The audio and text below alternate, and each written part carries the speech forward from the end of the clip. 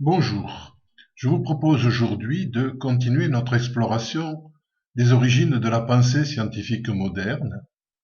Nous avons vu il y a une quinzaine de jours comment Galilée, Kepler, grâce aux observations, grâce également aux calculs, ont pu démontrer que les principes élaborés un siècle plus tôt par Nicolas Copernic devaient désormais servir de base à l'astronomie moderne. La conférence d'aujourd'hui sera consacrée à un médecin anglais, William Harvey. Si William Harvey est un personnage important, c'est un contemporain de Galilée comme de Kepler, c'est parce que, parallèlement à l'effort de ces deux astronomes, il a, dans le domaine de la médecine, fait une découverte tout à fait fondamentale, celle de la circulation du sang. Mais également, et en cela, sa démarche dépasse la médecine et concerne toute la science moderne qui est en plein développement au début du XVIIe siècle, il a utilisé des principes qui relèvent de ce que l'on appelle la méthode expérimentale.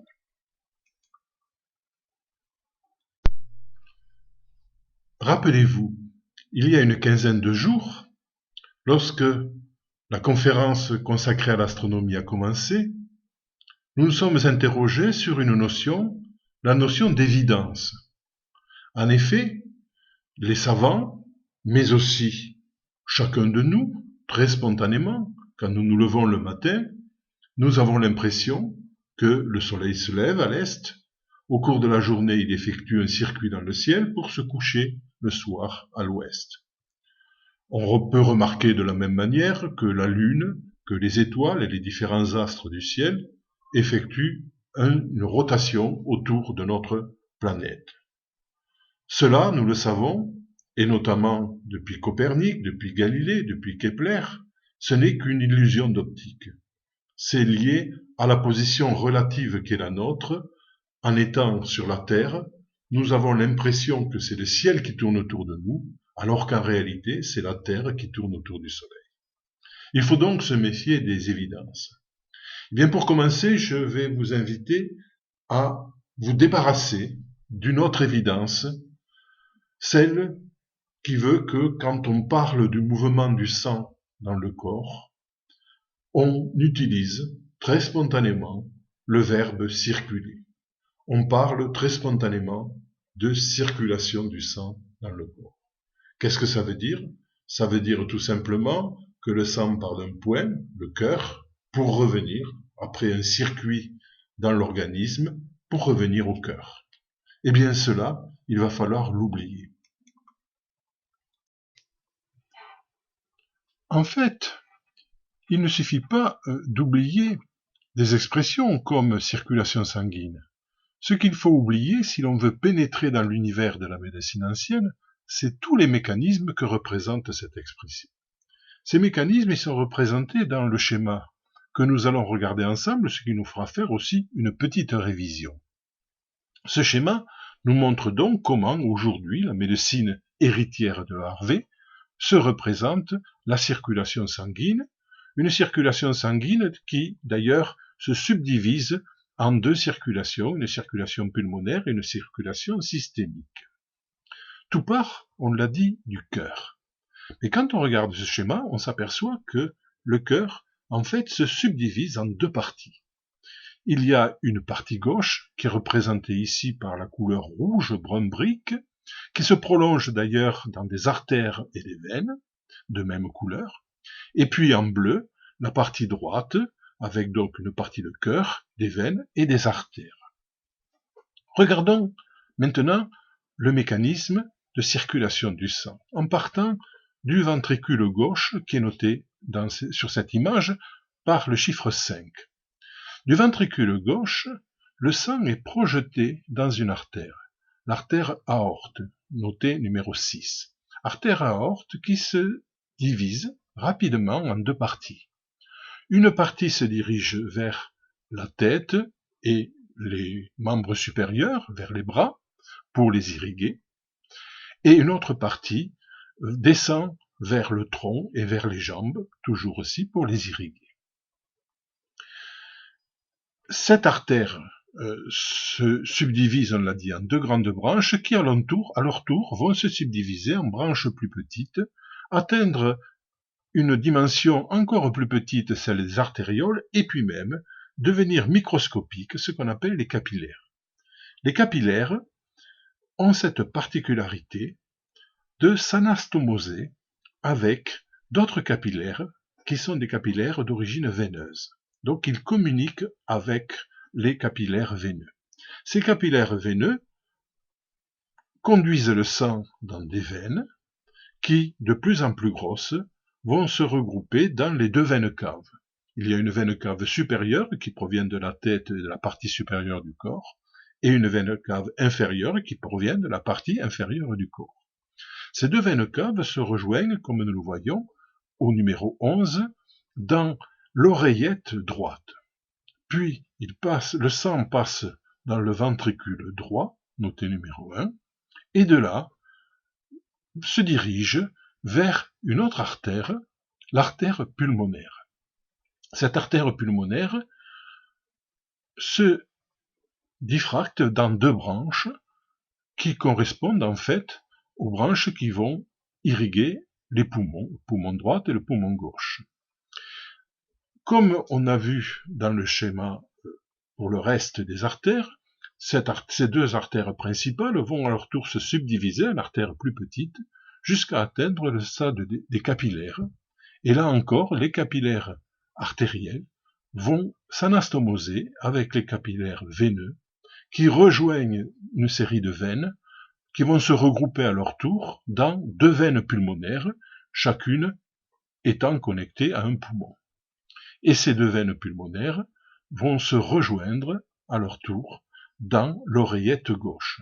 Et de l'oreillette gauche, le sang va aller dans le ventricule gauche pour ensuite repartir pour un nouveau circuit. Donc, voilà en gros le schéma de base qu'il va nous falloir oublier. Je précise aussi, car c'est une remarque qui me semble importante, que nous avons utilisé des termes comme le cœur, les artères, les veines, qui, pour nous, semblent aller de soi, ont dans la médecine actuelle des définitions précises. Ces mots, ils existaient dans la médecine ancienne, mais ils n'avaient pas du tout les mêmes définitions. Donc il faut être très prudent quand on utilise des termes d'une science à une autre, d'une science ancienne à une science moderne. Le vocabulaire a pu parfois perdurer, a pu rester le même, mais la signification qu'il avait dans le système qu'il représentait était tout à fait différente. Donc c'est une précaution qu'il va nous falloir prendre pour examiner ce que la médecine ancienne pensait du sang, du cœur et du mouvement du sang dans l'organisme.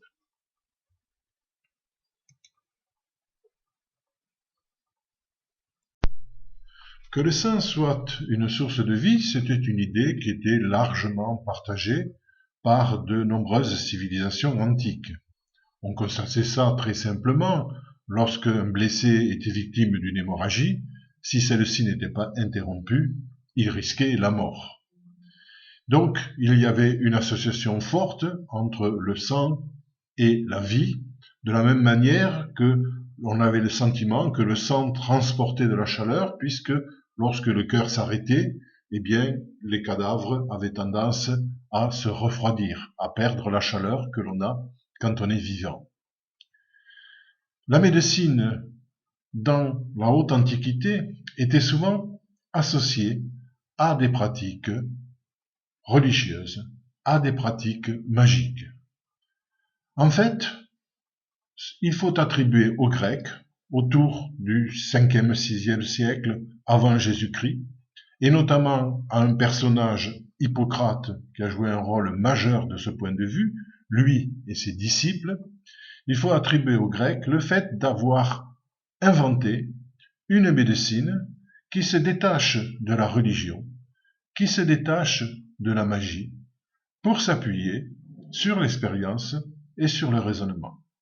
On peut dire qu'à partir d'Hippocrate, on assiste à la naissance d'une médecine scientifique.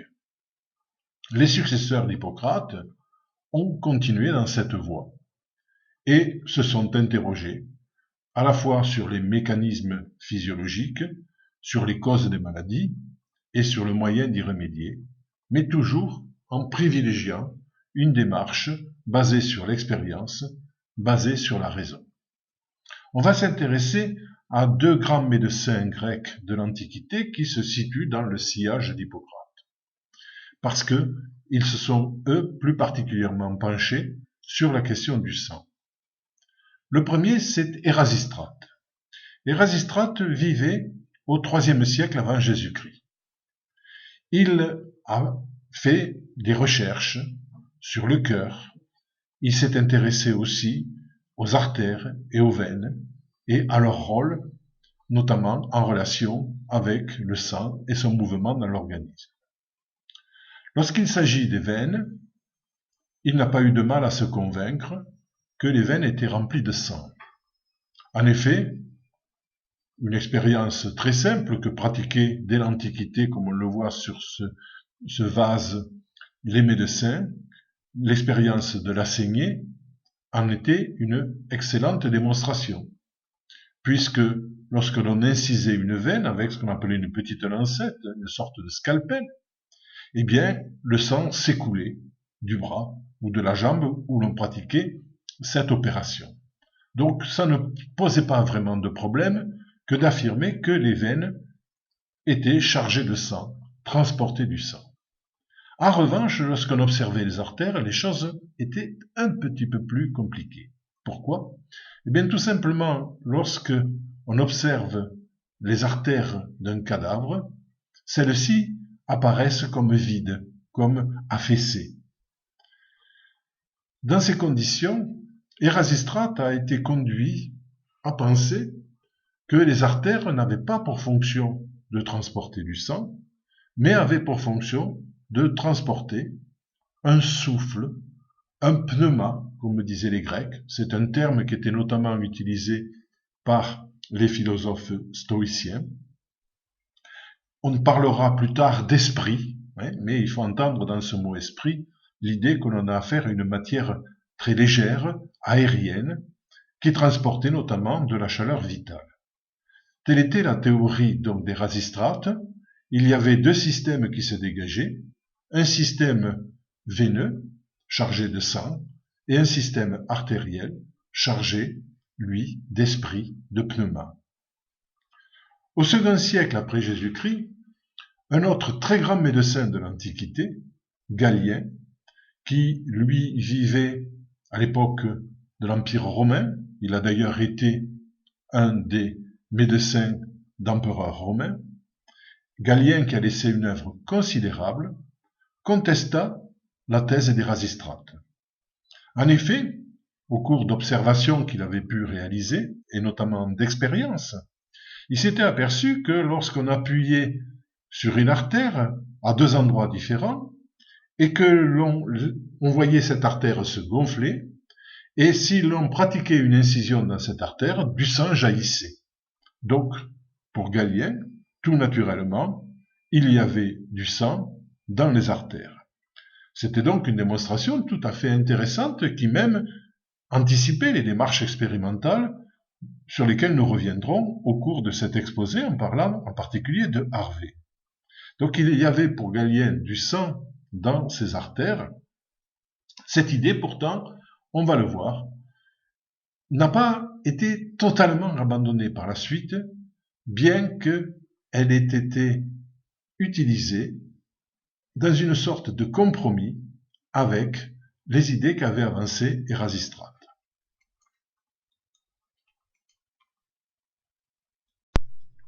Comme on a déjà pu le remarquer lors de la précédente conférence, à la fin de l'Antiquité, une grande partie de la science grecque a été perdue dans la partie occidentale de l'ancien empire romain devenu chrétien. C'est surtout par l'intermédiaire des Arabes que ce patrimoine scientifique, philosophique aussi, s'est conservé, et au XIIe, XIIIe siècle, dans un contexte, on l'a vu, qui était troublé, celui des croisades notamment, mais aussi un contexte de contact entre des savants chrétiens d'Europe occidentale se sont réappropriés, grâce aux Arabes et à des traductions de textes arabes ou grecs, une partie importante du patrimoine scientifique et notamment médical antique. C'est l'époque, on l'a dit aussi, où se créent les universités. Et dans les universités, il y a des facultés de médecine, parmi les plus célèbres, les facultés italiennes de Bologne et de Padoue, on reparlera d'ailleurs de Padoue. En France, on peut signaler la faculté médecine de Montpellier, qui est créée au XIIIe siècle, à peu près à la même époque de la création de l'université de Toulouse, qui avait elle aussi une faculté de médecine. Et dans l'enseignement qui était proposé aux étudiants des universités d'Europe occidentale, donc à partir du XIIIe siècle, l'enseignement était basé sur principalement les œuvres d'Hippocrate, les œuvres de Galien, les œuvres de certains également savants arabes, je pense en particulier à Avicenne.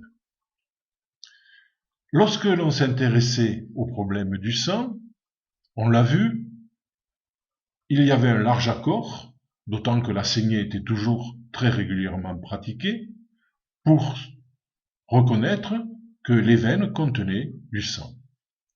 En revanche, le contenu des artères, on l'a vu dès l'Antiquité, posait problème. Et là s'est établi une sorte de compromis qui faisait une large part aux thèses d'Érasistrate, car on admettait que les artères contenaient surtout un esprit vital, formé en grande partie d'air qui venait des poumons, et de chaleur innée, de chaleur vitale. Mais pour autant, comme je l'ai signalé tout à l'heure, on n'a pas totalement récusé la position de Galien, puisque on constatait malgré tout que on pouvait trouver du sang dans les artères. Il y avait donc au moins une petite quantité de sang, pensait-on, et on essayait donc de trouver un système de compromis entre Érasistrate et Galien, avec quand même comme point important que les deux systèmes veineux et artériels étaient deux systèmes indépendants l'un de l'autre.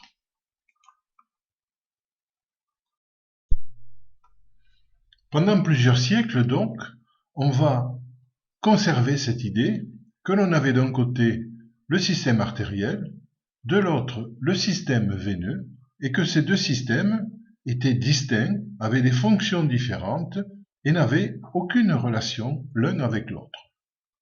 On a ici par exemple une représentation du grand traité anatomique de Vézal, qui date du milieu du XVIe siècle, la fabrique du corps humain, et l'on voit bien que Vézal a représenté ces deux systèmes, et quand on regarde par exemple la pointe des doigts ou des orteils, on s'aperçoit que les vaisseaux semblent s'achever là.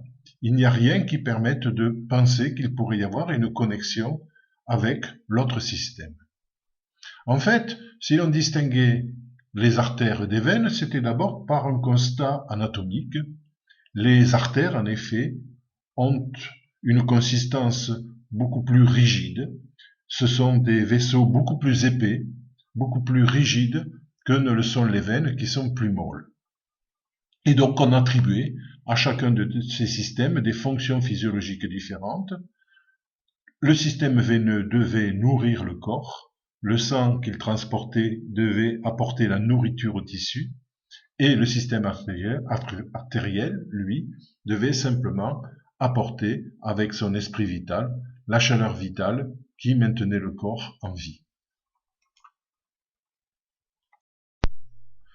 Je vous propose maintenant d'examiner successivement le système veineux, puis le système artériel. Et quand on s'intéresse à l'origine du système veineux, il faut se pencher sur un processus que l'on appelait la sanguinification, c'est-à-dire tout simplement la fabrication du sang. La fabrication du sang commençait dans l'estomac et dans les intestins. L'estomac et l'intestin reçoivent et transforment les aliments que l'on ingurgite lors de nos repas. Ils les transforment en un suc que l'on appelle le chyle et qui est considéré comme la matière première constituante du sang. C'est la fonction de l'estomac, c'est la fonction des intestins qui disposaient, selon la médecine ancienne, de la faculté digestive. Chaque organe avait ainsi une faculté, une vertu qui lui permettait d'effectuer correctement sa mission. L'estomac comme les intestins sont tapissés de très nombreuses veines qui s'appellent les veines du mésentère.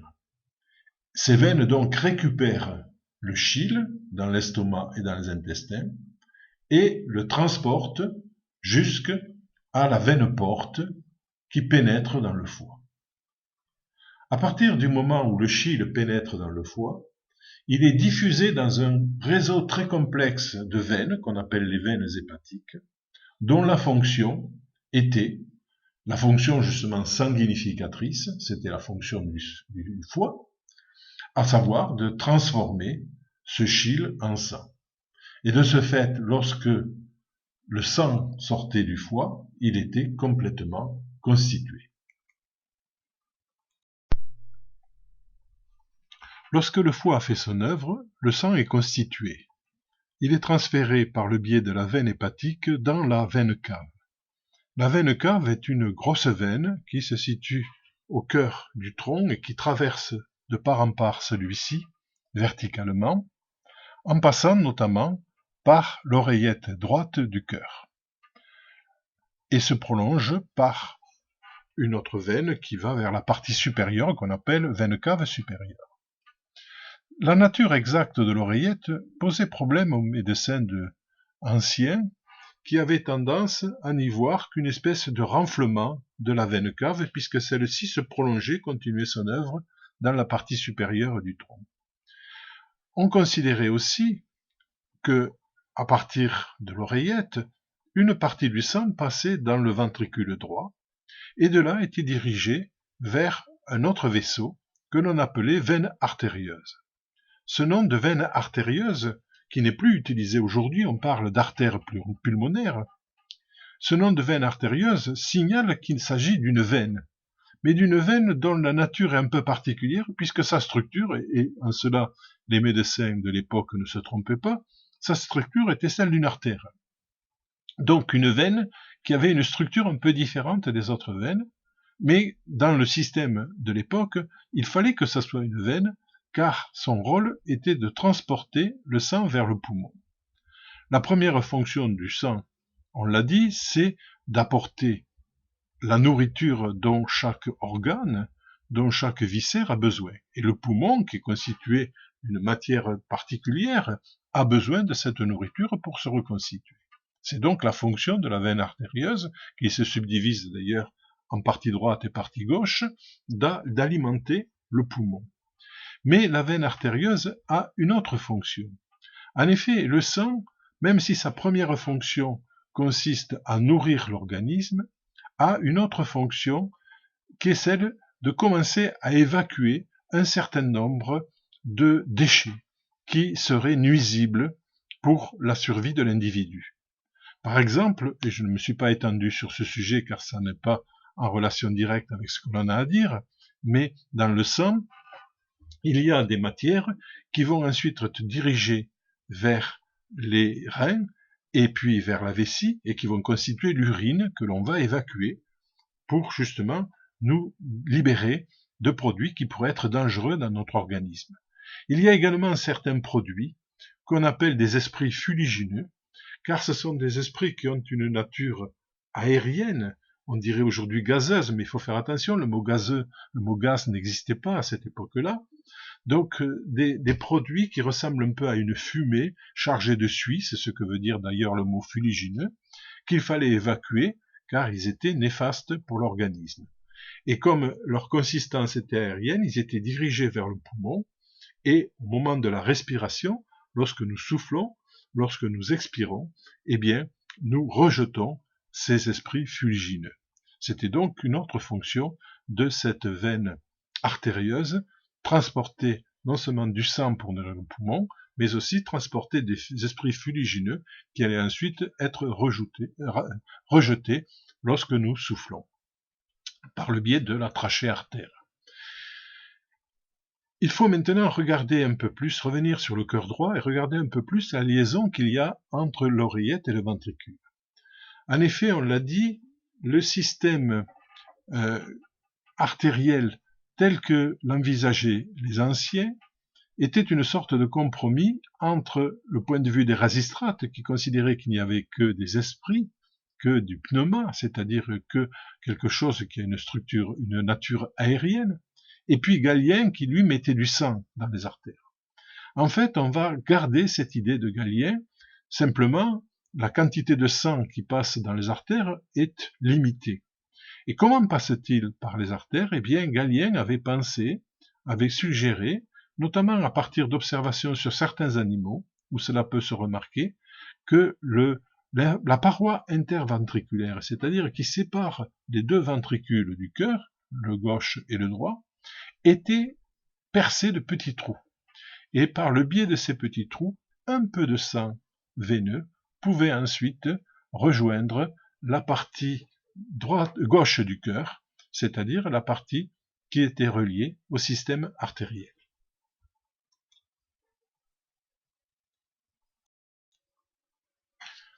Voyons maintenant le système artériel. La fonction première du système artériel est de transporter l'esprit vital dans l'organisme. Cet esprit vital a en fait trois composants principaux qui s'élaborent dans le ventricule gauche du cœur. Le premier de ces composants, c'est de l'air qui provient du poumon et qui est inspiré par la trachée artère et qui pénètre ainsi dans le poumon. À partir du poumon, il est envoyé dans le cœur par l'artère veineuse, qui correspond aujourd'hui à ce qu'on appelle la veine pulmonaire. Comme on l'a constaté déjà, il y avait au niveau des poumons deux vaisseaux, d'un côté une veine artérieuse, de l'autre une artère veineuse, que l'on appelait ainsi parce que leur structure était paradoxale. Elle ne correspondait pas d'un côté à une veine, de l'autre à une artère. Et ainsi, l'artère veineuse avait une allure de veine. Donc, mais malgré tout, étant donné qu'elle faisait partie du système artériel, on l'a caractérisée comme une artère. Et la fonction de cette artère veineuse était de transférer de l'air depuis le poumon jusque dans le cœur. Ça, c'est la première composante de l'esprit vital, puisqu'on a vu que c'était une matière très aérienne, très légère. Il y avait également, on l'a signalé, du sang dans les artères. Ce sang provenait, selon la théorie de Galien, de petits trous qui perçaient la paroi interventriculaire et qui permettaient donc à du sang qui se trouvait dans le ventricule droit, donc du sang d'origine veineuse, qui arrivait du foie, du sang, donc de pénétrer dans le cœur gauche et de se mélanger ainsi à l'air qui avait été envoyé depuis les poumons. Et le troisième composant, c'est de la chaleur.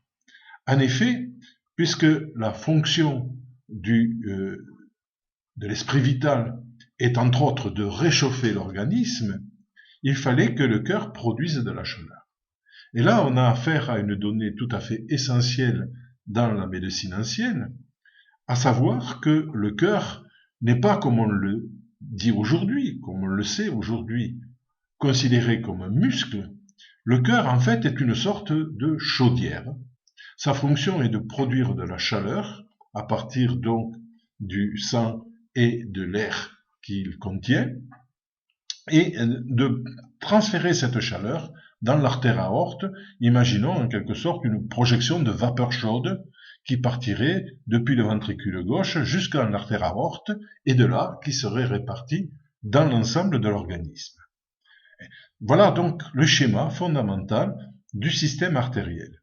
On peut signaler une dernière remarque accessoire, mais qui est importante dans le cadre de la physiologie générale, tel qu'on l'imaginait dans la médecine ancienne, la partie la plus légère de cet esprit, du fait de sa légèreté, allait dans la partie supérieure du corps, et notamment dans la tête.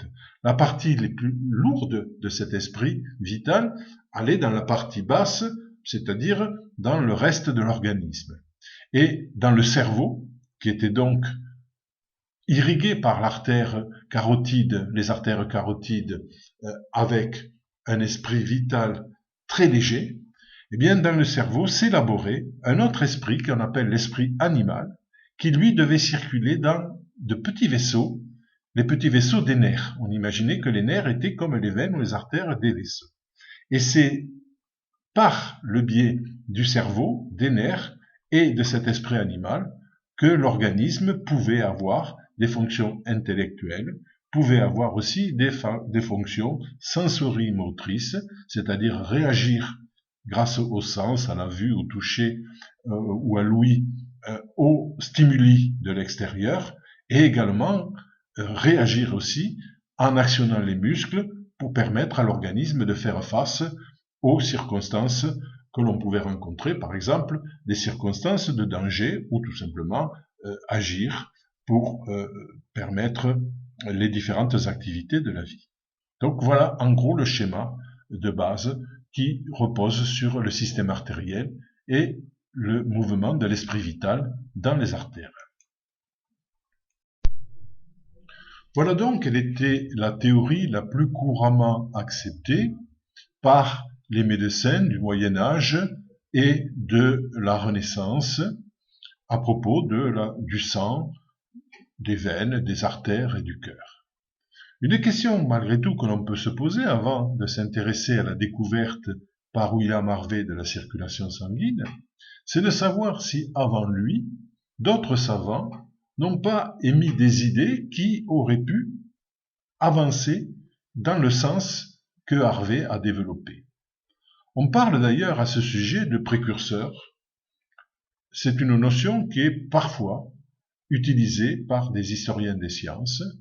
Et, par exemple, si vous lisez la littérature consacrée à la circulation sanguine, vous pourriez trouver parmi ces précurseurs des personnages comme un Arabe, Ibn Nafis, comme un habitant des Pays-Bas, André Vézal, comme un Espagnol, Michel Servet, ou des Italiens, Realdo Colombo, André Cesalpé. En effet, ces savants ont émis des doutes sur certaines réalités qu'affirmaient les médecins de leur temps, ont essayé, à partir de leurs observations, de contester certains points de vue, et ont parfois émis des hypothèses qui n'étaient pas sans une certaine pertinence. Toutefois, et c'est pour cela qu'il faut utiliser la notion de précurseur avec beaucoup de précautions, et que je dirais il vaut mieux essayer de l'éviter lorsque l'on fait de l'histoire des sciences, dans la mesure où ces savants travaillaient parfois dans des univers mentaux très différents de l'univers mental de William Harvey et de la médecine moderne, dans la mesure aussi où ils n'ont pas justifié par des arguments probants, contrairement à ce que fera Harvey, leur point de vue, il est difficile de les caractériser comme des précurseurs de Harvey. Simplement, ils ont apporté quelques idées, ils ont apporté des matériaux que Harvey a pu récupérer pour réfléchir et élaborer une théorie tout à fait nouvelle. Donc, ces soi-disant précurseurs n'ont jamais convaincu le monde savant. Ils ont même, pour une partie d'entre eux, été relativement isolés, voire oubliés.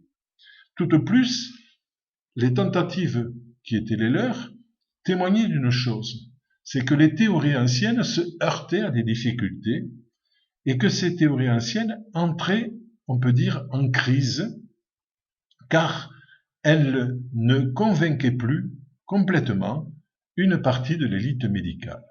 Voyons donc quelques-uns de ces médecins qui, avant Harvey, ont émis ces doutes, ont mis en crise l'ancienne théorie.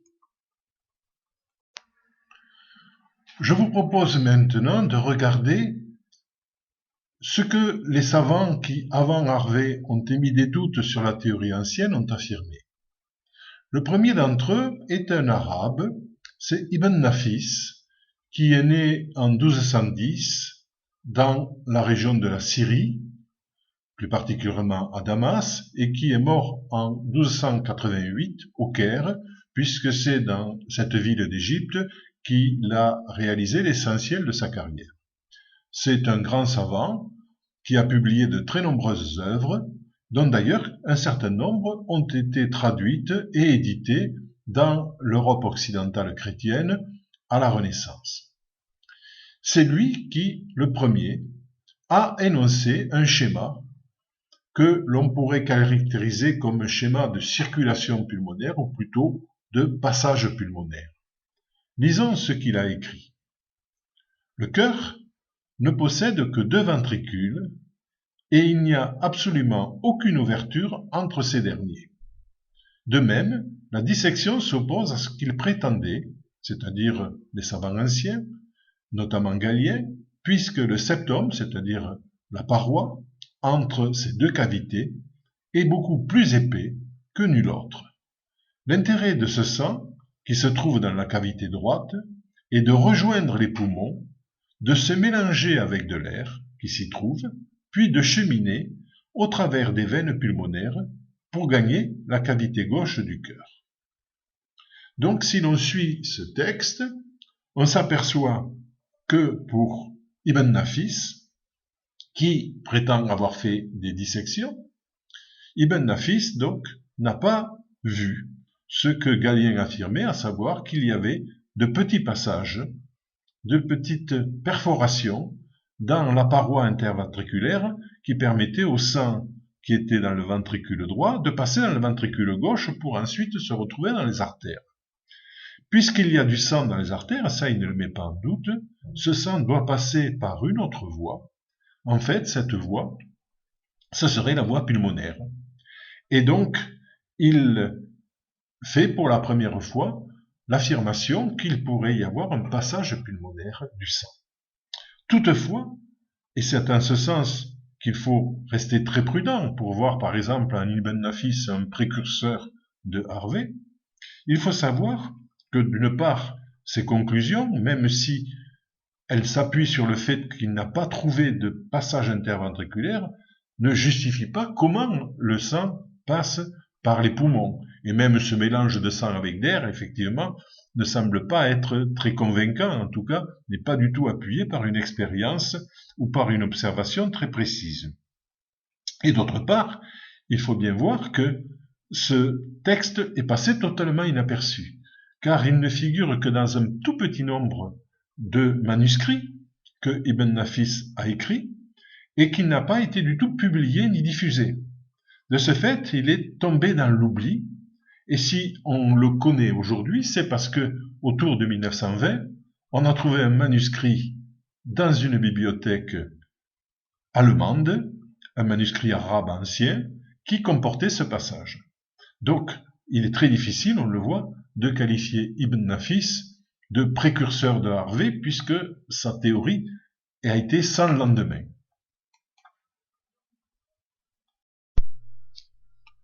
Nous allons maintenant faire un petit saut dans le temps vers la Renaissance et plus particulièrement vers le milieu du XVIe siècle, en examinant plusieurs grands savants du monde chrétien occidental qui ont émis des doutes sur la théorie ancienne et avancé quelques idées nouvelles. Le premier d'entre eux est André Vézal, que l'on a déjà rencontré. Il est né aux Pays-Bas vers 1514, a fait une grande partie de sa carrière en Italie et est passé au service d'empereurs germaniques. Dans son grand livre d'anatomie, que l'on a déjà signalé, dont on a vu tout à l'heure la page de titre, qui s'intitule De Humani Corporis Fabrica, donc la fabrique du corps humain, et plus particulièrement dans la seconde édition de ce livre, il fait une remarque tout à fait intéressante. Il nie par exemple qu'il y ait des pertuis, des petits trous interventriculaires à travers lesquels donc le sang passerait du ventricule droit vers le ventricule gauche. Mais sa remarque est comme incidente et notamment elle est contradictoire aussi avec d'autres passages du texte qui n'ont pas été corrigés par rapport à la première édition. Voilà ce qu'il dit. Pour ma part, ces conduits qui traverseraient la cloison, même s'ils étaient de la plus grande finesse, je ne les ai jamais rencontrés.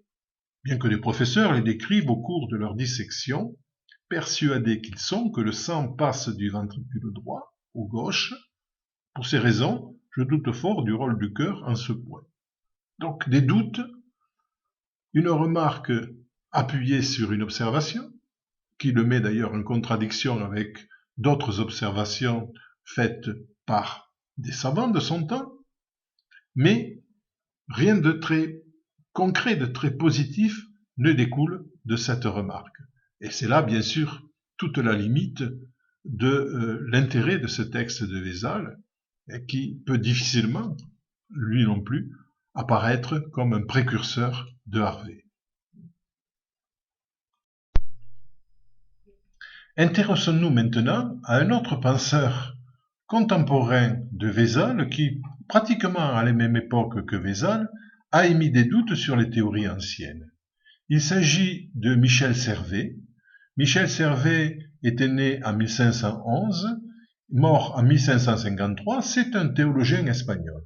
Un théologien espagnol qui s'est fait remarquer par le fait qu'à cette époque, alors que les catholiques et les protestants s'affrontaient violemment, c'est l'époque des guerres de religion et de la réforme, Michel Servet s'est éloigné aussi bien des catholiques que des protestants en contestant un de leurs dogmes fondamentaux, à savoir que Dieu est certes unique, mais serait formé de trois personnes, le Père, le Fils et le Saint-Esprit. Pour Michel Servet, cela est totalement contradictoire avec l'affirmation de l'unicité de Dieu. Il apparaît donc comme un anti-trinitaire, c'est comme ça qu'on le désignait.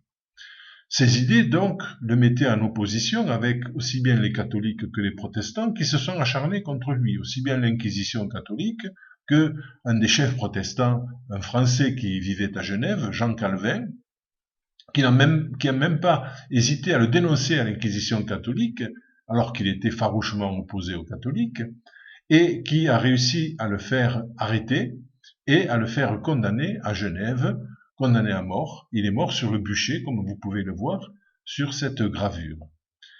Michel Servet donc est resté célèbre en raison de ce supplice, mais également il a laissé un nom dans l'histoire des idées médicales parce que, passionné d'histoire de médecine, dans un livre qui n'avait rien d'ailleurs à voir avec la médecine, qui s'appelle Christianissima Restitutio, il a, en 1554, énoncé le principe du passage pulmonaire. Voilà donc ce que disait Michel Servet. À partir du ventricule droit, le sang se dirige dans un long conduit vers les poumons, où il est épuré. Il devient plus clair et passe de la veine artérieuse, l'artère pulmonaire, dans l'artère veineuse, la veine pulmonaire. C'est ainsi que l'esprit vital se répand du ventricule gauche du cœur dans les artères du corps entier. Donc c'est des remarques, là encore, tout à fait intéressantes, qui rejoignent d'ailleurs ce qu'on a vu tout à l'heure avec le texte d'Ibn Nafis, mais Michel Servet n'explique pas pour quelle raison il affirme cette idée, il ne l'appuie non plus sur aucune démonstration médicale, anatomique, qui serait de nature à renforcer cette idée. C'est donc là une de ces faiblesses qui font que ce texte, même si il apparaît comme génial, comme précurseur, n'a pas eu de véritable effet dans le développement de la science médicale de son temps. Toujours à la même époque, et sans connaître les travaux de Servet, un grand médecin italien, Realdo Colombo, qui était le successeur de Vézal à l'université de Padoue, énonce à son tour la théorie du passage pulmonaire. Voilà ce qu'il dit. Le sang est porté par l'artère pulmonaire au poumon, où il est atténué. Puis, ayant subi l'action de l'air, il est ramené au ventricule gauche par la veine pulmonaire. C'est certes, bien sûr, là encore, une idée tout à fait pertinente, tout à fait géniale, peut-on dire, Mais comme on a déjà fait le constat avec Ibn Nafis, avec Vézal, avec Michel Servet, il est difficile de fonder à partir d'une affirmation aussi sommaire une vision tout à fait nouvelle de cette partie importante de la physiologie humaine. Intéressons-nous maintenant à un autre médecin qui, vers le milieu du XVIe siècle, a lui aussi avancé des idées tout à fait originales sur le sang et le mouvement dans l'organisme. C'est même lui qui le premier a utilisé la notion de circulation, qui le premier a utilisé le mot circulation pour parler du mouvement du sang dans le corps, ce que n'avaient pas fait les autres médecins. C'est donc une remarque troublante dans cette crise des théories anciennes concernant le sang, qui aurait pu inspirer William Harvey. Mais quand on y regarde de plus près, il faut être quand même assez prudent. Césalpin était un médecin italien qui a vécu entre 1519 et 1603. Il a enseigné la médecine à Pise, c'était un personnage donc important de la vie médicale de son temps. Dans la théorie qu'il développe, il affirme lui aussi que le sang passe du cœur droit vers le cœur gauche à travers les poumons. Mais en s'inspirant de théories assez complexes, d'inspiration ésotérique et même alchimique, il va attribuer aux veines et aux artères un rôle tout à fait différent de celui de la médecine ancienne. Pour lui, les veines ont non plus pour fonction d'alimenter tout l'organisme, mais au contraire de conduire, par les veines caves, le sang vers le cœur et de là, à travers les poumons, vers les artères. Et ce sont ces artères qui vont apporter au corps humain la chaleur native dont il a besoin. Mais, idée tout à fait originale et curieuse, ce mouvement des artères vers le corps qui transporte le sang s'effectue pendant la veille. Et lorsque l'on dort pendant le sommeil, le sang retourne par le biais des veines dans le cœur. Donc, certes, Césalpin remet en cause le schéma ancien, certes, il reprend l'idée d'une circulation pulmonaire, ou en tout cas d'un passage pulmonaire, certes, il renverse le sens du sang dans les veines en esquissant un schéma assez maladroit d'inspiration plus ou moins alchimique de circulation du sang, une espèce de flux et de reflux du sang, mais il faut bien le dire, son raisonnement reste très spéculatif et lui non plus ne démontre pas la pertinence de la théorie qu'il avance.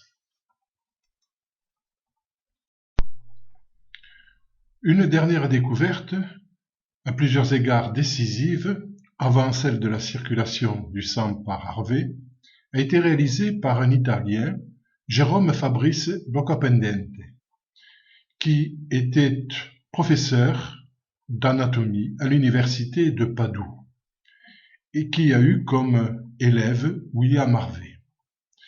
Boccapendente était un savant réputé, un des plus grands anatomistes de son temps. C'était aussi un ami de Galilée qui, à la même époque, enseignait à l'université de Padoue. Et il a franchi donc cette ultime étape qui permettra à son élève Harvey de découvrir la circulation du sang, à savoir la découverte des valvules veineuses.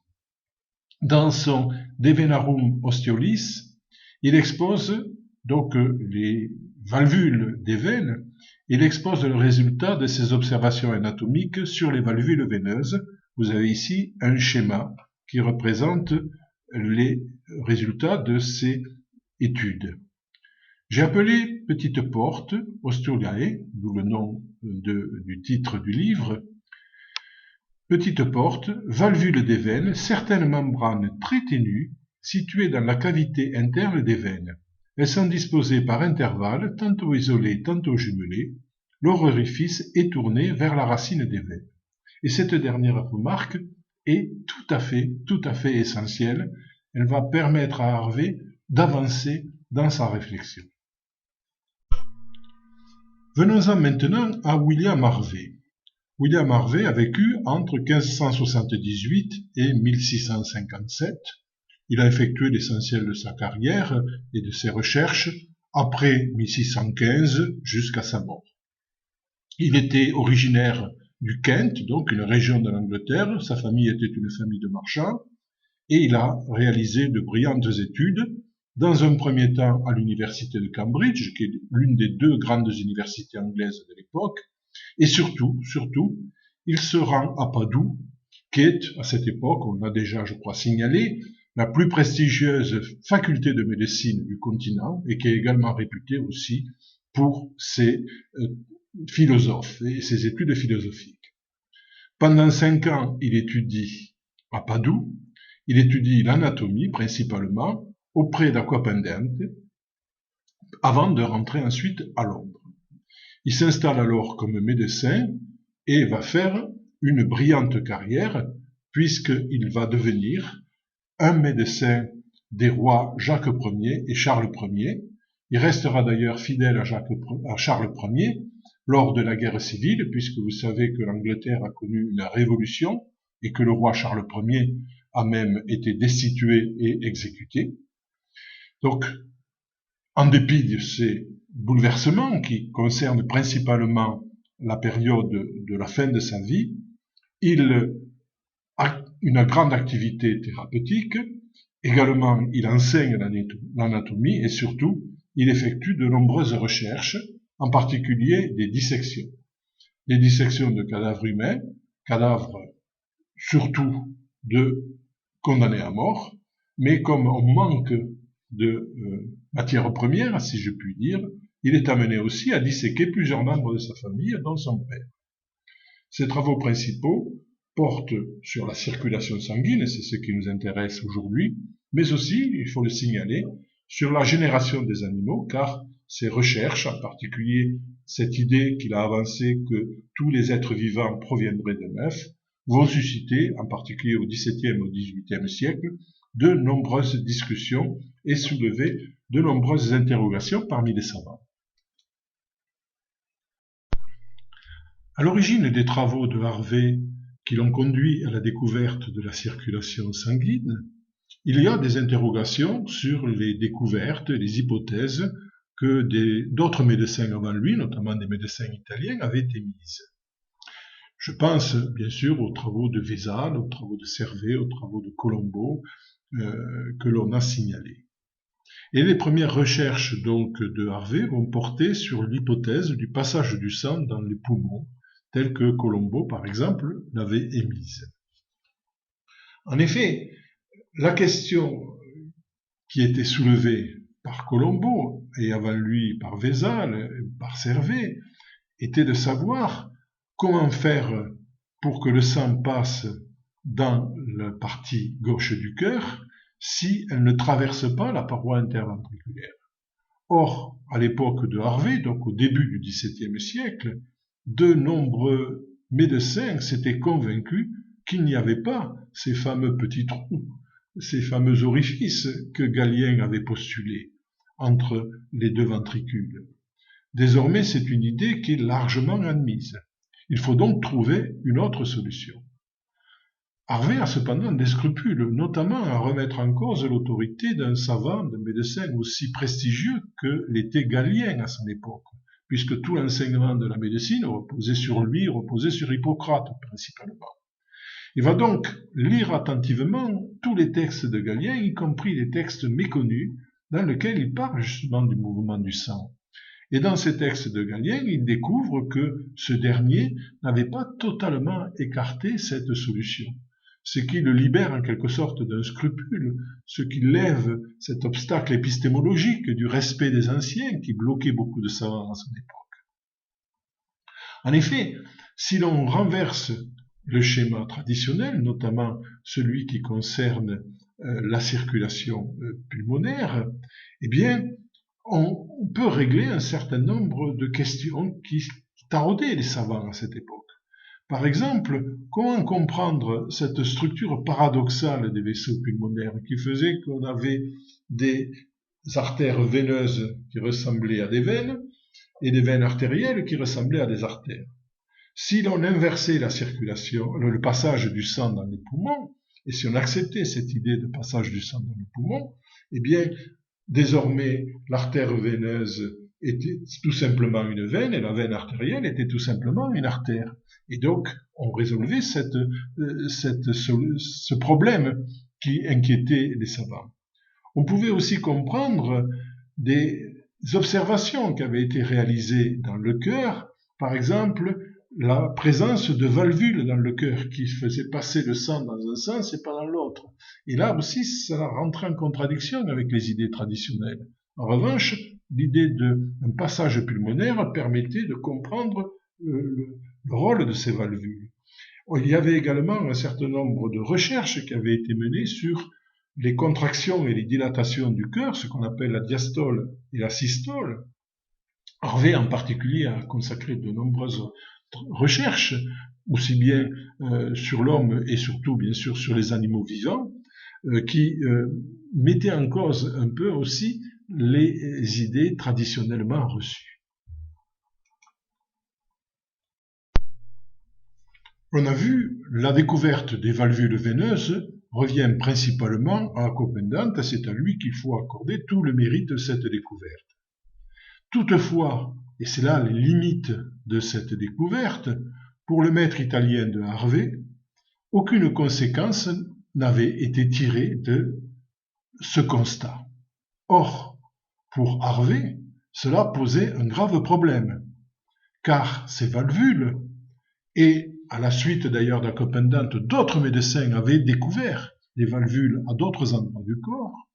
Ces valvules donc existaient en grand nombre sur diverses veines, infirmaient l'hypothèse ancienne qui faisait par exemple descendre le sang veineux du tronc vers les pieds, comme vous avez ici représenté sur cette image, avec la présence de ces valvules. En effet, il était désormais prouvé que les valvules interdisaient au sang de prendre cette direction, c'est-à-dire de descendre, puisque vous voyez, quand le sang redescend, la valvule a tendance à se fermer et à empêcher la redescente du sang.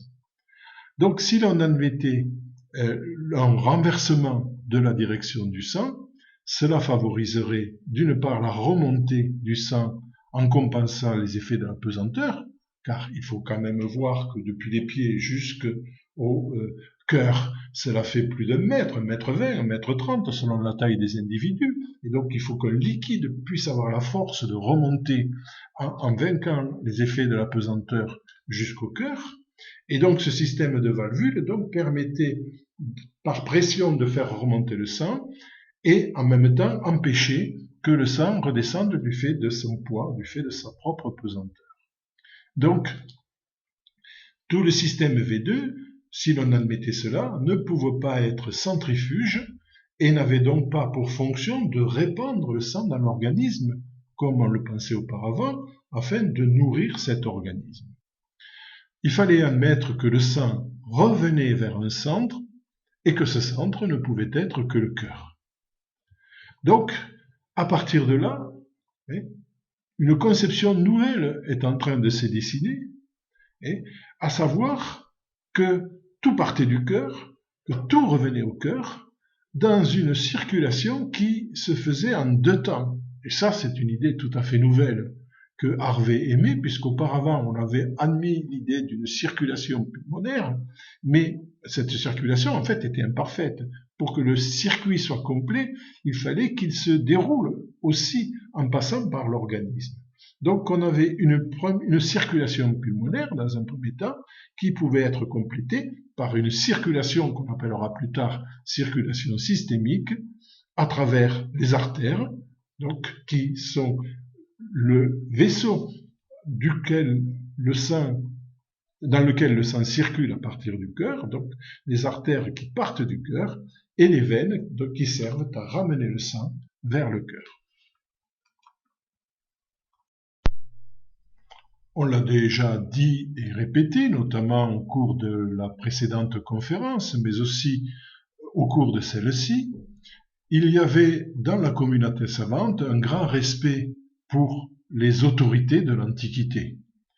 Vous avez ici, par exemple, une image, une enluminure qui représente des grands médecins auxquels se référaient les médecins du Moyen-Âge. Et on voit par exemple au milieu de ce dessin, sur la partie droite, Galien qui est représenté. Dans la partie haute, on pourrait reconnaître également Hippocrate ainsi que le grand médecin arabe Avicenne. Donc on avait un grand respect des anciens et il est évident que cela constituait un blocage pour de nombreux penseurs et seul un certain nombre d'entre eux, que l'on a appelés au XVIIe siècle les novateurs, parmi lesquels figuraient des philosophes, comme par exemple Francis Bacon, qui était un Anglais et qui a beaucoup réfléchi à l'idée de progrès des sciences, c'était un contemporain d'ailleurs de Harvey, comme également Galilée, Copernic, Kepler dans le domaine de l'astronomie, ainsi que quelques autres savants que je ne citerai pas. Donc, ils n'étaient pas très nombreux à avoir cette idée qu'il fallait, pour que la science soit une science vivante, ne plus se contenter de regarder vers le passé. Il ne fallait plus considérer que la tâche des savants était, en fin de compte, une tâche de répétition, répéter ce que les anciens avaient dit, et parfois très bien dit. Ce n'est pas une remise en cause de tout ce que les savants antiques avaient affirmé. Beaucoup de choses étaient justes, beaucoup de choses étaient pertinentes, mais il ne s'agissait pas de répéter ce qu'ils avaient dit. Il fallait toujours réfléchir, étudier, expérimenter, afin que la science progresse, afin que les connaissances progressent et que des découvertes nouvelles viennent enrichir le corpus de connaissances anciennes, quitte à remettre en cause certaines d'entre elles. Voilà ce que, par exemple, Harvey affirme dans la préface de son livre Le mouvement du cœur. Presque tous les philosophes reconnaissent que ce que nous savons est une petite part de ce que nous ignorons. Ils ne sont pas assez asservis à la tradition et aux vieilles doctrines, c'est-à-dire aux anciens, aux autorités de l'Antiquité, pour perdre leur liberté et ne pas ajouter foi à leurs propres yeux. Ils ne jurent pas assez sur la parole de leurs maîtres, les anciens, pour abandonner publiquement et aux yeux de tous la vérité chérie. Donc on voit que le savant doit s'affirmer lui-même. Quelques années plus tard, Descartes affirmera « je pense donc je suis » et va, à partir de cette seule évidence, et non plus en se référant à l'Antiquité, dire « eh bien c'est comme ça que je dois fonder tout l'ensemble de mes connaissances ». Donc l'affirmation de l'identité propre du savant face éventuellement à des idées qui peuvent être reconnues généralement, mais qui s'avéreraient fausses. Toutefois, il faut bien reconnaître que quand on lit un peu attentivement les textes de Harvey, on s'aperçoit que cette démarche, qui est la sienne incontestablement, demeure quand même prudente. On le sent soucieux, par exemple, de trouver chez Galien et même chez Aristote une certaine caution intellectuelle, qui lui permettra en fin de compte de s'appuyer avec une certaine autorité, une autorité quand même basée sur les anciens, afin de contester des idées acceptées par la communauté savante de son temps et qui étaient des idées aussi héritées de l'Antiquité, héritées des anciens. Mais malgré tout, et ça c'est l'élément je pense qui reste fondamental, c'est que Harvey fait partie de ces novateurs qui ont fondé la science moderne, c'est-à-dire qui l'ont totalement émancipée de toute forme d'autorité.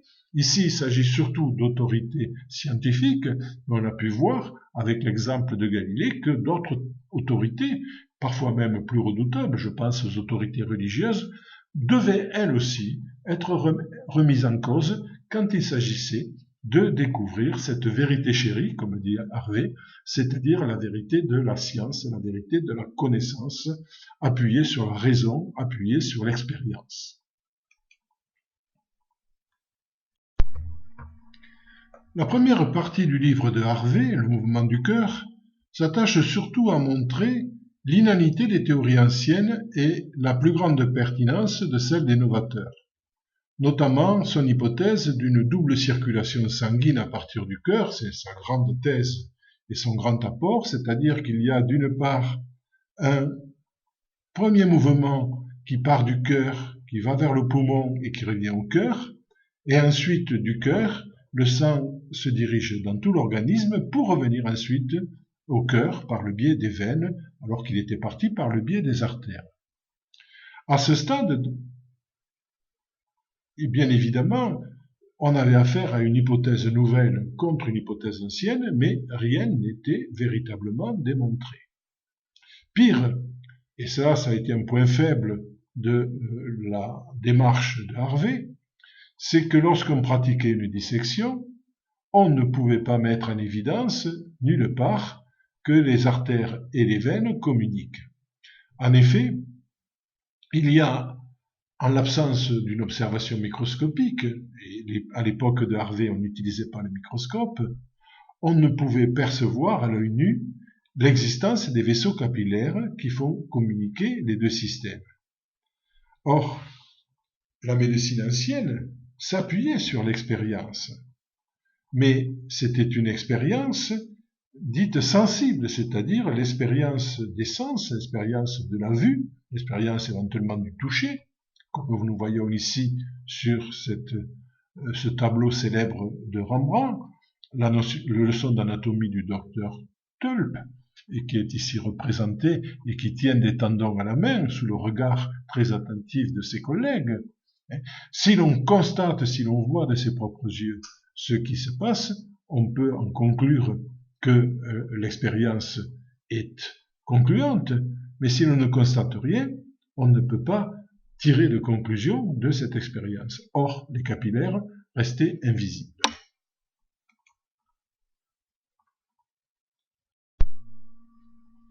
On a vu que ce qui distingue Harvey de ses prédécesseurs, c'est en premier lieu le fait qu'il a développé une théorie complète de la circulation du sang, là où ses prédécesseurs les plus avancés, comme Colombo ou Servet, s'étaient arrêtés à une approche qui ne concernait que le passage pulmonaire. Mais le grand mérite de Harvey est d'avoir assis, appuyé, soutenu ces théories et ces hypothèses par une démarche expérimentale rigoureuse qui était à l'époque grandement inédite dans les sciences et notamment en médecine, c'est la démarche hypothético-déductive. De quoi s'agit-il? Il s'agit en premier lieu de constater qu'une théorie acceptée jusqu'alors présente des lacunes, des insuffisances, par exemple la théorie selon laquelle il y aurait un passage interventriculaire. En second lieu, cela consiste à émettre une hypothèse, par exemple que en fait le sang pourrait passer par les poumons. Et en troisième lieu, c'est de mettre en place un certain nombre d'expériences qui visent à consolider cette hypothèse, c'est-à-dire à montrer qu'elle est valable et à montrer que toutes les autres hypothèses contraires ne seraient pas valides. Voilà en gros en quoi consiste cette démarche hypothético-déductive. Alors pour cela, Harvey a mis en œuvre toute une série d'expériences. Nous n'allons pas entrer dans le détail, mais on va signaler simplement quelques-unes des voies qu'il a explorées. Par exemple, il s'est beaucoup intéressé au mouvement propre du cœur, que l'on appelle la diastole et la systole. La diastole, c'est lorsque le cœur se détend, et la systole, c'est lorsque le cœur se contracte. Et il a montré que la contraction du sang provoquait une projection du sang dans les artères, et de ce fait que le cœur fonctionnait comme un muscle qui se compressait, et non plus simplement comme on le pensait jadis de façon un peu naïve, que le cœur était une espèce de chaudière qui projetait des jets de vapeur.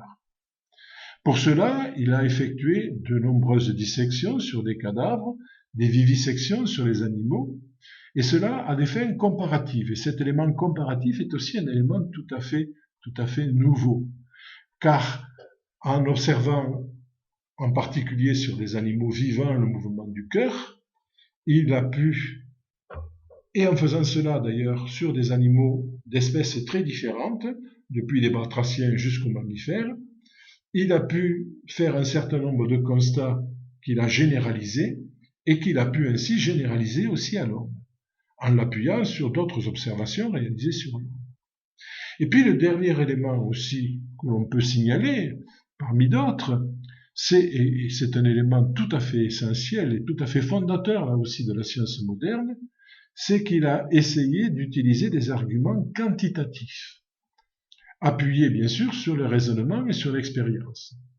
Par exemple, il s'est interrogé sur la quantité de nourriture et de boissons que l'on absorbait, qui, dans la théorie ancienne, devait être ensuite transformée en sang et se déposer en étant intégré dans les tissus de l'organisme dans toutes les parties du corps. Autrement dit, il n'y avait jamais de retour du sang vers le cœur, puisque tout le sang, en fait, se sédimentait, se déposait dans l'organisme. Il fallait donc qu'il y ait une certaine concordance entre la quantité de nourriture absorbée et de boissons absorbées, et puis la quantité de sang qui était projetée dans l'organisme. Pour cela, d'une part, il a évalué le volume et le poids de la nourriture que l'on ingurgite, de la boisson que l'on ingurgite. Il a ensuite essayé d'évaluer la quantité de sang qui, à chaque impulsion, était projetée dans les artères. Comme on a à peu près 70 battements de cœur par minute, on peut très facilement faire une évaluation, en projetant cela sur une journée, de la quantité de sang que cela représente. Et quand il a fait, même de façon très sommaire, puisqu'il n'avait pas d'instrument pour cela, quand il a fait cette évaluation, il s'est aperçu qu'on avait des volumes et des quantités considérables en regard du peu de nourriture et de boissons que l'on absorbe au cours d'une journée. Donc, on ne pouvait plus affirmer que le sang, que cette nourriture servait à être intégrée ensuite dans le sang pour se perdre complètement dans l'organisme sans jamais remonter au cœur. La seule explication qui était convenable, c'est de considérer que le sang ne faisait que circuler. Certes, il déposait des aliments dans les tissus, mais ce n'était qu'une partie infime qui était renouvelée par de la boisson et par de la nourriture au cours donc d'une journée, mais que l'essentiel du sang ne faisait que circuler.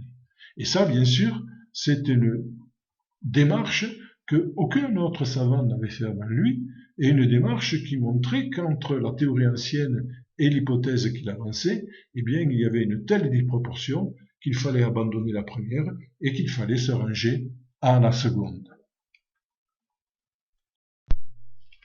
Lorsque Harvey publie son livre en 1628, il se heurte, comme d'ailleurs ça avait été le cas de Galilée avec ses propres recherches, à une vive opposition, non pas de cette fois-ci des autorités religieuses, mais plutôt d'un certain nombre de savants et d'institutions médicales. Je pense en particulier à l'un de ses plus farouches adversaires, à la faculté de médecine de Paris, qui, jusque dans les années 1660, donc plus de 40 ans après la publication du livre, refusait encore de voir ces théories enseignées. Et pour la petite anecdote, il faut signaler que c'est à l'initiative du roi et de Colbert, de Louis XIV et de Colbert, qu'un médecin circulationniste, comme on les appelait, a pu enseigner cette théorie, alors que, à quelques centaines de mètres de là, dans la faculté de médecine du quartier latin, on refusait toujours de l'enseigner. Alors, pour quelles raisons s'opposait-on à Harvey ? Il y avait un respect de la tradition d'un côté, puis il y avait aussi certaines insuffisances de ces démonstrations. Par exemple, Harvey n'avait pas pu montrer par où passait le sang artériel qui ensuite regagnait les veines pour remonter au cœur. Pour cela, il aurait fallu avoir un microscope. Hors du temps de Harvey, on n'utilisait pas de microscope. Ce n'est qu'une grosse génération plus tard, en 1661, qu'un Italien, Marcello Malpighi, a pu véritablement démontrer qu'il y avait effectivement un passage entre les artères et les veines à travers des vaisseaux microscopiques de la taille d'un cheveu, d'où leur nom de capillaire. Et de ce fait, donc, à partir de là, il était très difficile de contester la validité du système que Harvey avait démontré. Il y avait donc un premier obstacle qui était levé. Un autre obstacle a mis plus de temps à être levé, peut-être plus secondaire, mais les sangs veineux et le sang artériel, on avait remarqué cela depuis l'Antiquité, et c'est une des raisons qui avait conduit les médecins à distinguer le rôle des artères et le rôle des veines. Le sang veineux et le sang artériel n'est pas de la même couleur. Le sang artériel est beaucoup plus clair. Cela est dû à l'oxygénation du sang dans les poumons et qui donne le sang artériel, alors que le sang veineux, chargé de gaz carbonique, est beaucoup plus sombre et va libérer le gaz carbonique dans les poumons. Cela n'a pu être vraiment expliqué qu'au XIXe siècle. Et de ce fait, se sont trouvés ruinés les derniers vestiges qui défendaient la théorie des esprits vitaux ou de la chaleur innée qui circulait dans les vaisseaux sanguins. Toutefois, en dépit donc de ces réserves, de ces obstacles qui ont malgré tout été levés et qui ont démontré que Harvey avait eu raison sur le fond, son œuvre donc renverse des pans entiers de la physiologie ancienne et oriente aussi, comme l'avaient fait Copernic, Galilée, Kepler, pour l'astronomie, oriente cette discipline dans une voie nouvelle, en participant aussi à son niveau, et ça de façon très importante, au triomphe, donc au-delà de la médecine, des principes de la science expérimentale moderne, c'est-à-dire d'une part du fait qu'il ne fallait plus s'appuyer sur les anciens, mais s'appuyer sur une démarche rationnelle et expérimentale, et qu'il fallait que cette démarche expérimentale se déroule à partir des principes énoncés, à savoir qu'elles soient hypothético-déductives, donc qu'elles partent d'hypothèses, mais qu'elles mettent en œuvre aussi tout un ensemble d'expériences de nature à rendre valides les hypothèses qui ont été avancées par les savants. Voilà, je vous remercie et j'espère que ces conférences vous ont été utiles pour réfléchir à ces cours de formation de culture générale qui font partie de votre cursus.